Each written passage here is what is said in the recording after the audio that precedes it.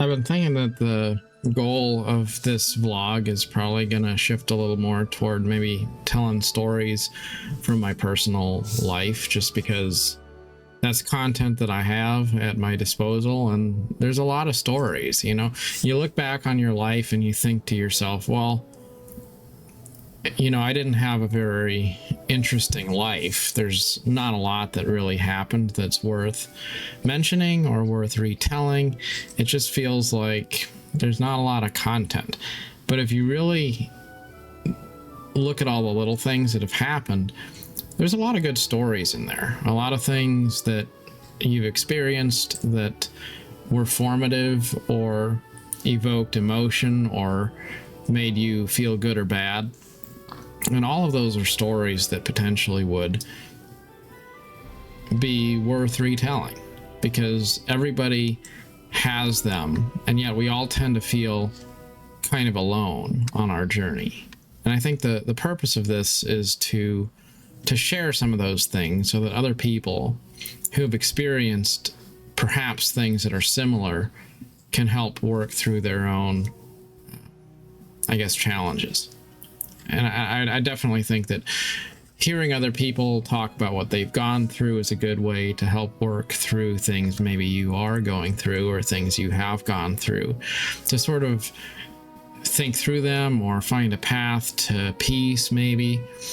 And it's all those little things, the things that are kind of private, kind of personal, maybe not monumental, but something that's worth retelling. So something I was thinking about maybe to talk about today is when I was a kid, I was told that I had mental problems, and that was just kind of an underlying theme. It just happened a lot, and it was kind of weird. When I was little, like a small child, my mother taught me, and I was homeschooled.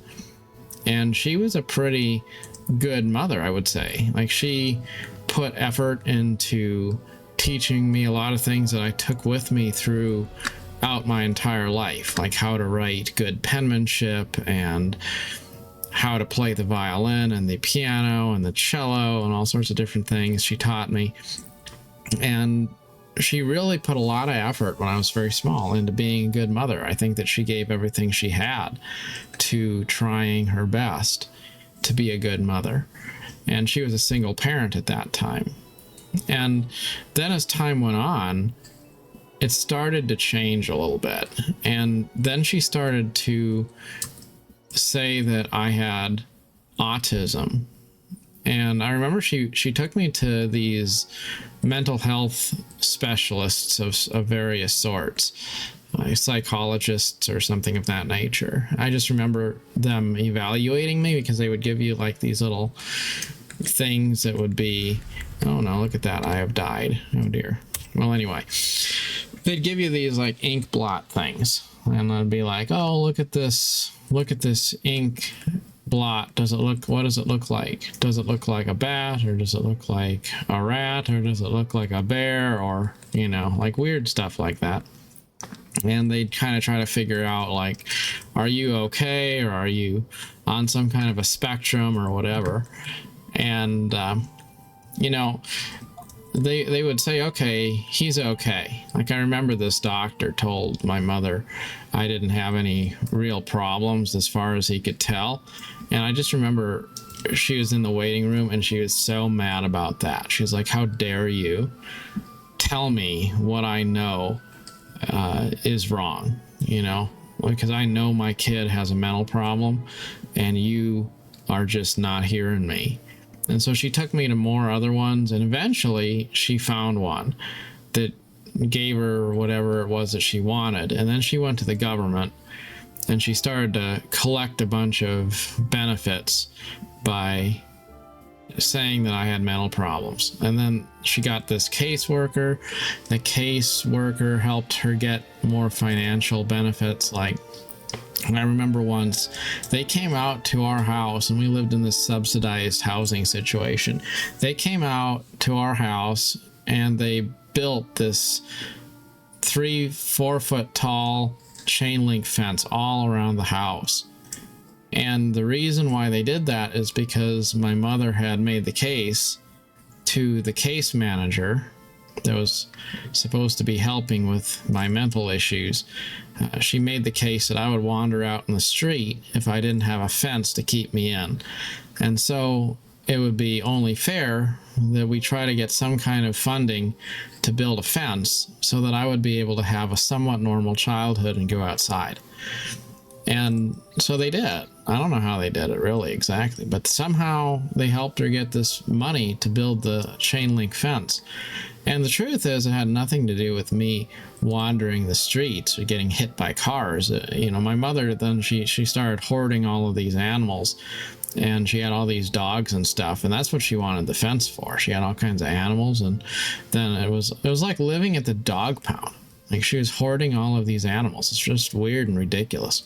But a long story short, you know, this is, you know, think about it. Like, you're a kid. You're trying to, you know, be a kid and navigate all of that. And you got your parent who's kind of gone full on into, you know, let me tell the government that my kid is retarded so that I can get government benefits for myself.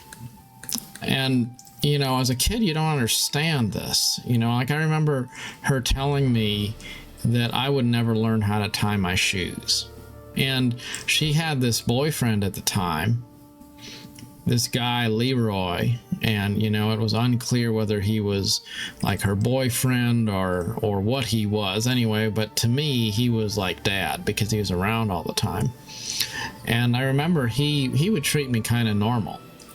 And he taught me how to tie my shoes that very day, and I learned. It wasn't that hard. But I just remember that what my mother was saying, oh, you know, he's not going to be able to tie his shoes. He's got to have the, you know, the slip-on ones because he ain't going to be able to learn. I was like, oh, okay. And, you know, then I remember once I got put into this horse riding class for mentally disabled children, and like all the kids were all just like messed up, like they couldn't walk right, they couldn't look at anybody, they couldn't talk, they were just all messed up, these weird kids that were in this horse riding class for the mentally disabled. And then my mother has me in there, and so she'd enrolled me, and, you know, same thing, I was at the YMCA. Yeah, swimming class for children with mental disabilities. You know, and I remember there was this girl teaching the class, and I liked her because she was cute, and her name was Dawn. And that's when I learned that Dawn is spelled two different ways. It could be D-O-N or it could be D-A-W-N, and D-A-W-N would be the girl's name. And as a child, I learned this, and that was important because the cute girl at the YMCA's name was Dawn with a W. In any case, though, that did not change the fact it was a retarded children's swimming class, and that was very a demeaning situation to be in. I learned how to swim, and I also helped learn that I had mental problems. And I didn't want to believe it. And I remember I would tell my mother, I'm normal.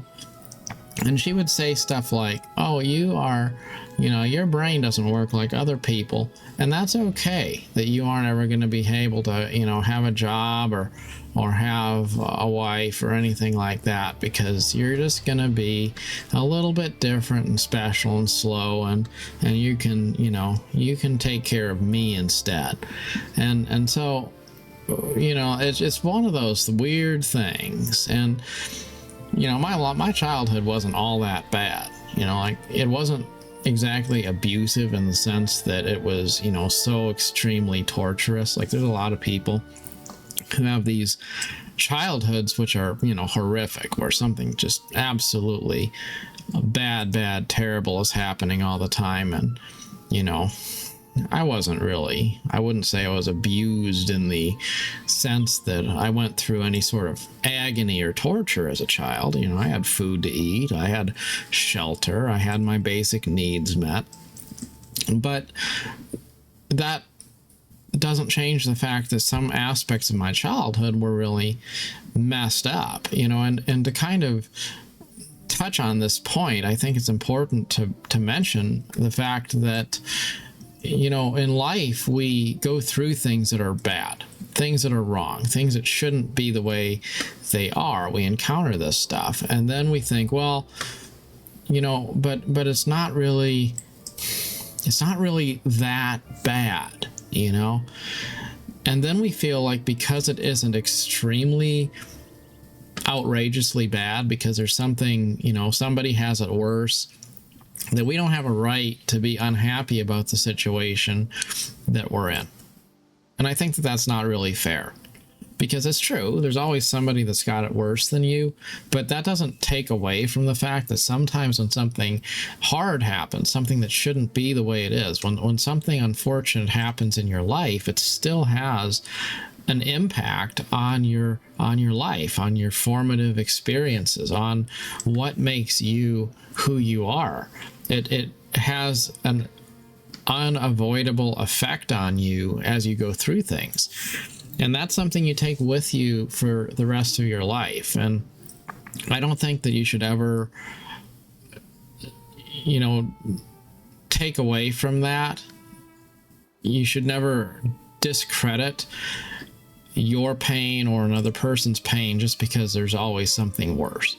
Like, I could say, well, you know, I'm sick, but I shouldn't feel sick because, you know, there's other people that don't have an arm or a leg, you know, so how can I have a bad attitude or be frustrated about what's going on in my life today when I just, you know, I just had a car accident and I lost my car, and somebody else got in a car accident and they lost their legs?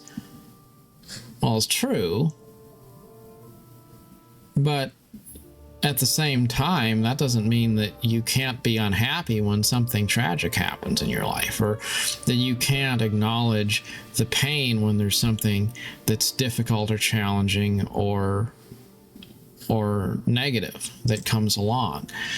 So somewhere in there, I think there's a lesson to be taken away on, you know, validating the feelings that we have and not downplaying those. Because if you always feel like you don't really have a right to complain or to really air any grievance with what's happened, you never can really work through those things. Not that you should 100% live in it forever. And I'll expound on that a little bit more, just because I do think, to the other end of the spectrum, sometimes you can, like, I could tell this story about how I was treated like I had mental problems when I was a kid. And then I could just carry on with this and just basically say everything bad that happens in my life is the fault of my mother or something that happened in my childhood. And that would be ridiculous as well, because there's a point where you only live so long. And if you're going to be a victim, you have to work through that. Otherwise, at some point, it becomes a lifestyle where you've chosen to be a victim because that's what you want to be. You know, it's one thing when you're a child and you are struggling with something that's really hard because you're in a bad home or something like that. It's another thing when you're in your 30s and you're still blaming your childhood for what's wrong in your life. You know, at some point you got to take responsibility for it, because hurt people are the most likely to hurt other people, because they feel like it doesn't matter what they do because they are victims. And when you think that you're a victim, then you start to do things which might victimize other people. As a matter of fact, I would even go so far as to say that was the case with my mother. Like, she treated me in a certain way because she saw herself as weak. She saw herself as a victim. She saw herself as a person who was helpless. And so then she started to become manipulative, and she didn't really see it as anything other than trying to survive. But the end result was still that she was using her own child as a way to manipulate others and secure gains by telling lies. And that was a negative experience for me as a child, because that was a lifestyle that she had embraced in her personal life. So it's important to understand that people do things for a reason. Like, people don't get up in the morning and say, oh, I want to go be evil. But people do sometimes do things which are very harmful to other people because they feel like they don't really have maybe a recourse, or they don't know how to cope with things. And then instead of working through their problems, they wind up creating problems for other people. So to continue the story, I made my way through my childhood, and I was undermined in many ways. I remember once I was in the Target store, and I was a kid, right? Like, just a little kid. So I thought it'd be funny to go into the apparel racks and just cause mayhem in there. So I had ripped some apparel off the apparel racks, and I was hiding in the apparel racks, just doing mischief, right? And then I remember after that, my mother used it as an excuse to get a wheelchair, which she forced me to ride around in. And from that time on, I wasn't allowed to go out into public unless I was in a wheelchair. And so, you know, like when you're a little kid and somebody says, hey, look at this, it's a cool new thing, you're going to ride in this wheelchair and people are going to push you around, you think, oh, that's kind of cool. And so I didn't dislike it so much, just because I didn't really understand it so much. Like, it just was, you know, it was kind of cool to get rolled around in something and pushed by other people. That seemed cool. But then some part of me, even though I was small, some part of me still also felt like that was demeaning. And it only went on for a certain period of time. That wasn't like that continued for years and years, I don't think. I think it was probably like a few months or something that this was going on. I don't remember how long it went on. But what I do think is super interesting is that after a while, all of this stuff that my mother was doing, to, you know, saying I was disabled and saying that you know, I needed to be in a wheelchair and different things like that, then it all kind of shifted at some point.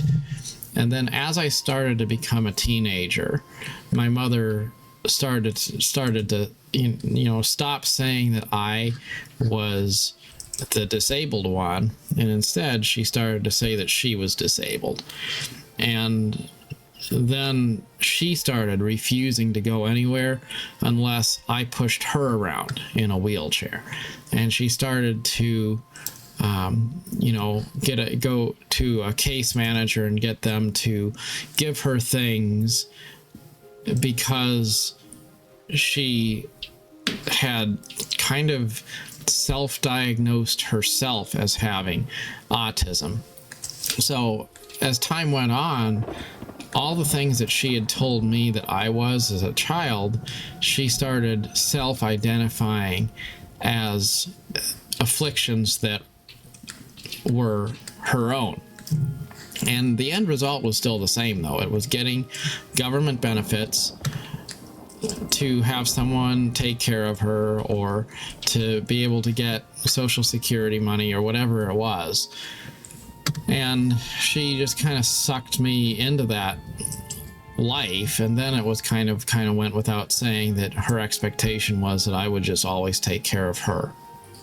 And so, you know, I kind of didn't have the personal life and personal development path that maybe I should have had, because I had this weird situation at home where I had a little bit of kind of self-doubt, just because, like, when you're raised always being told you're not going to accomplish anything, that's something, even if you don't officially believe it, some part of you still does believe it.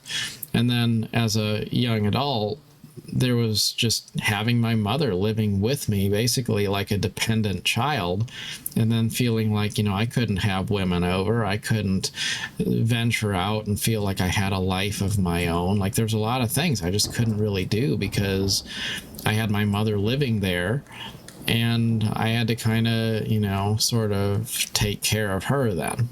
And that went on for quite some time until eventually I did get married. And then when I was married and my mother was living with me, and it was, not she didn't really have any leverage anymore, then at that point there was a point where she just headed for the hills, left, found somebody else. I don't know who she found, but somebody else she found, and then they kind of took her away and she went to live with them because she realized that she wasn't the only one in the house anymore. She didn't really have leverage anymore, and so she just moved on.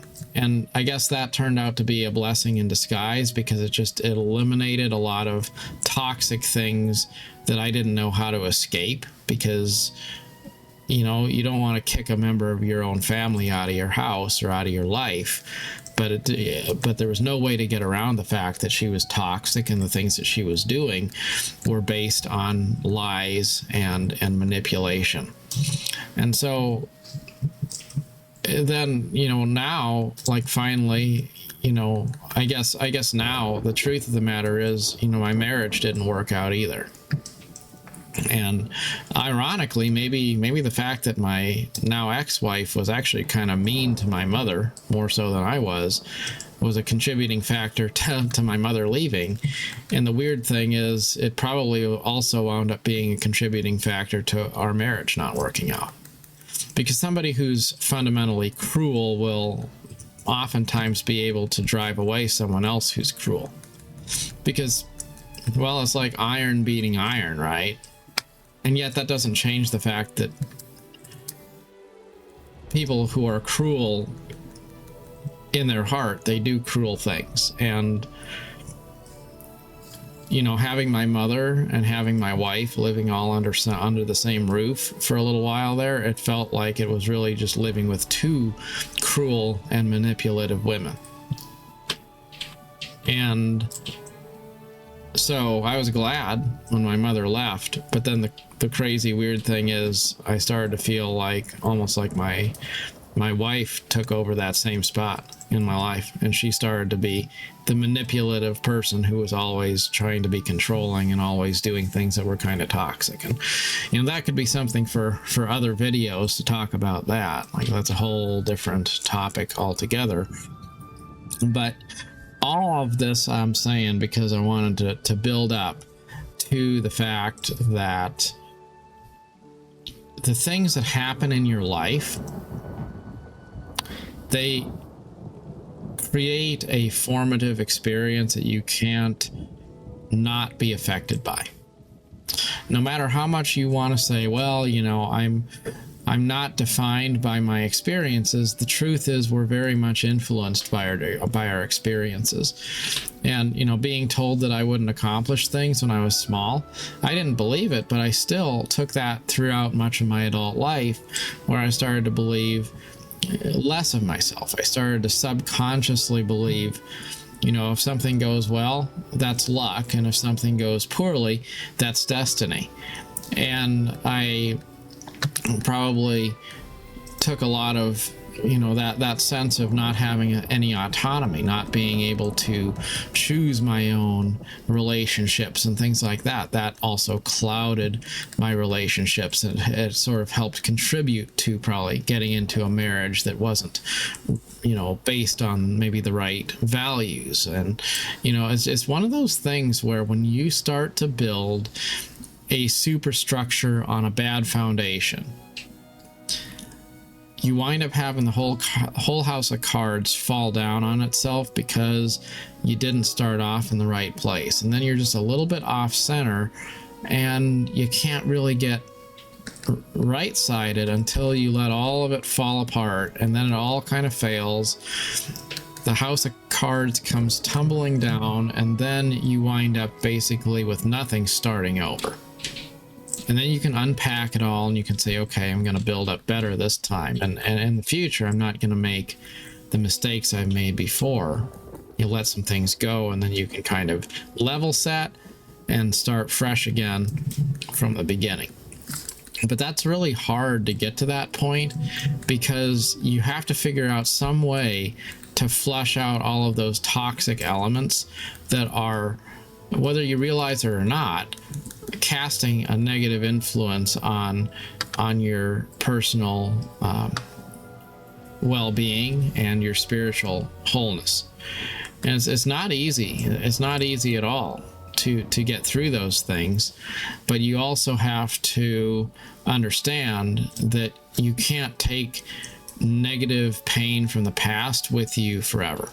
At some point, you have to take ownership of it. You have to say, okay, I might have been hurt in the past, but I'm not going to allow things from the past to follow me permanently into the future. I'm going to walk away from things that are negative, that are bad influences or relationships that are controlling. I'm going to actually walk away from those things. And if you can't walk away from those things, you can never truly overcome the damage that they have been doing in your life. And a lot of times we do want to hang on to things that are probably harmful in our life because we have that fear, something is better than nothing.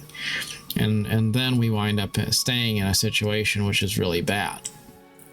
And then sometimes we move through things and then we still want to use the past as kind of an excuse.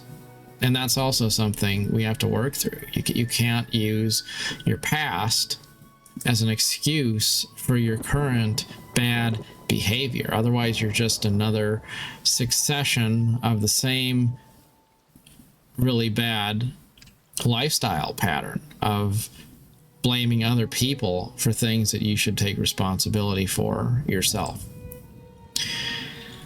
And then finally, even though you shouldn't take you shouldn't allow your past problems to become an excuse in your future. It's also important to be aware of the fact that nothing you do is going to fully eliminate the scars left behind. You can know that the past is behind you, but you can't change the fact that our experiences will affect our personality, our outlook in life, our subconscious feelings and thoughts, our programming on a very basic level. Sometimes you can't change that. And all you can do is be aware. You can be aware of forces of self-doubt in your life. You can be aware of tendencies to maybe look at things through a light that you shouldn't. You can understand yourself enough to compensate for some of those bad habits or things that you kind of learned incorrectly on a subconscious level. And you can get better, but you'll always have that little bit of a tendency to do certain things or to think certain ways because of things that you went through in the past. Kind of like a dog that was abused. Like you'll see a dog, maybe the dog can totally be a normal dog, but if that dog was hit a lot when it was in a bad situation, it'll still flinch. It'll still have that instinct to be ready to react, and it'll be ready to fight or to run or something like that. And it's like that with us too. Like we go through different things in our lives, and you can't undo that. You're going to always have it with you. You're always going to have a certain instinct to do certain things, a certain tendency to think certain ways because of things you went through. That's okay, but you do want to be aware of it. You don't want to use that as an excuse. And most of all, you definitely have to be willing. If you want to heal, you have to be willing to walk away from things that are bad And I think that's the hardest thing, because when we're involved in something, even if we know it's bad, it's really, really hard to walk away and risk losing things so that you can potentially have a good foundation for your life. But if you don't let go of the bad things, you're never going to be able to build good things on top of a bad foundation. I saw this house on a video. They're building a house, and it's all made out of the wood framework. There was no plywood on the lower floors. It's a 3-story house, and then the whole thing comes falling down, just one floor at a time. It just goes flat because they didn't put the plywood on it, they didn't brace it properly, and then end result, the entire thing fell down. And I was thinking about how maybe that could be an allegory for life. You can start to build, but if you don't build the base so that the base won't fall over, then all of those upper floors, well, it doesn't matter what you do up there. The base is not a sure foundation, so it's going to fall. It's all going to fall, because when that insecure foundation of things that you based on lies, or things that you based on the absence of good fundamentals, when that truth comes to light, then all the other stuff above comes crashing down too. It's only when you let the water find its level, when you walk away from things that are bad, when you start clean with a pure conscience, and you surrender all of the stuff that you know it's wrong but you've been too afraid to let it go, only then can you actually be open to new blessings in your life, to new lessons that can help push you in a more positive direction for the future. And you can't hang on to the bad and think that you're going to be able to introduce good to it any more than you can have a bad potato and then you can have, put a bunch of more good potatoes in with it and ignore the bad one. Well, at some point the rotten potato is going to just continue to make more rotten potatoes around it. You have to get rid of the rotten potato, and if you can't get the rotten one out, then maybe you got to throw away the whole bucket and start fresh. I don't know. But you can't have the rot mixed with the health and actually have a healthy outcome. So moving forward often means kind of landing flat on your ass and then picking yourself up from the ashes and then building up from there. That's hard. I saw something recently that said, don't continue to make a bad mistake just because you spent so long making it. But it's really true. We think about how much effort we put into things, and then we feel like, well, I can't start over because I've already put so much effort into this. But if what you're putting effort into is false, then yeah, you probably got to let it go. I mean, what's better? To waste a quarter of your life doing something that's not going to be good for you, or to waste your entire life doing that? I also saw a quote that I liked, which said, sometimes your mind knows the truth, but your heart doesn't like the answer. And I think that's so true. In our lives, oftentimes, if we really just look at the truth, we look at the honest facts, we know maybe a person is toxic or bad for us. Maybe something we're doing is based off of something toxic, or it's based off of a lie. We know the truth. It's not that we don't. It's just we don't want to face letting go of somebody. We don't want to let go of a fantasy or a hope. So we hold out hope.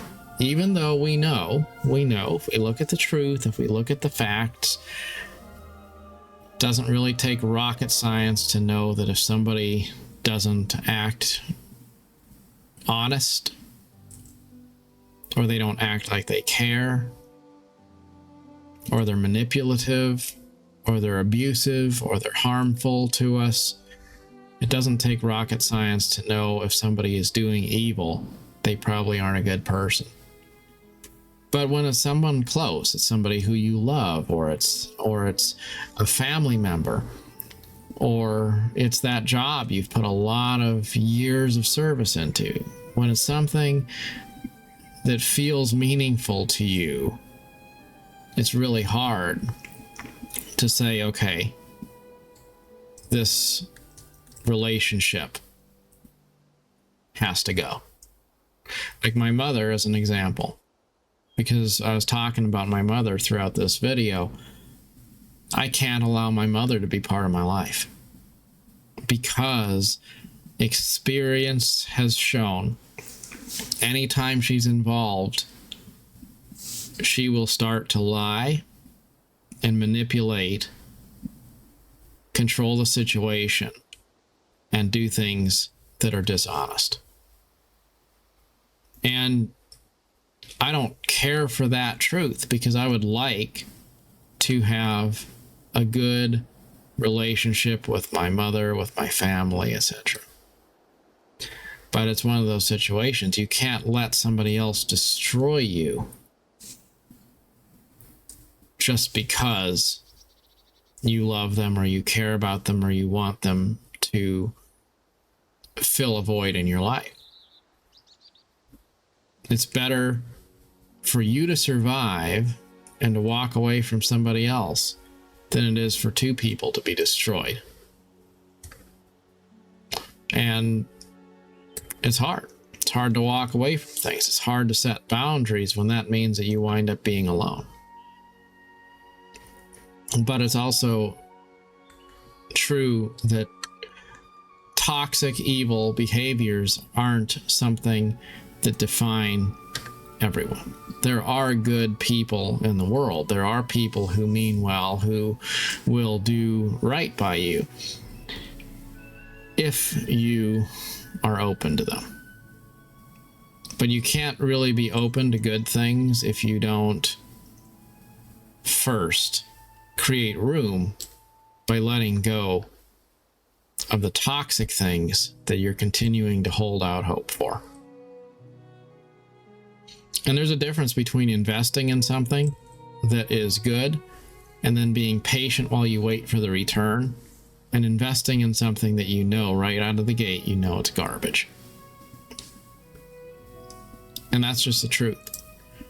There's a lot of people who are buying things like cryptocurrencies and meme stocks. And if they're honest, they know it basically sounds like a gimmick or a scam. And there's other investments that maybe they go down sometimes, but you believe in them. You believe in their foundational value. So it's okay if they go down some, because they're actually worth something at the end of the day. That's the difference. Invest in things that have enduring principles to back them up. And if something is not bearing good fruit in your life, you got to walk away from it. And you got to understand that it's okay to be broken by things, but it's not okay to live a lifestyle of brokenness. It's okay to make bad decisions, but it's not okay to come to a realization of the truth and then choose to put blinders on and to ignore the facts before you. Always try to live a life of freedom, to walk away from things which would put you in bondage spiritually or physically. Always try to be forgiving of yourself, to take your side, because at the end of the day, you can't really count on anyone else to. But also be critical of yourself so that you don't allow pain from the past to become a recipe for you becoming a source of pain in the lives of others. Don't allow yourself to be perpetually broken. It's okay to be broken, but it's not okay to blame the past for your present mistakes.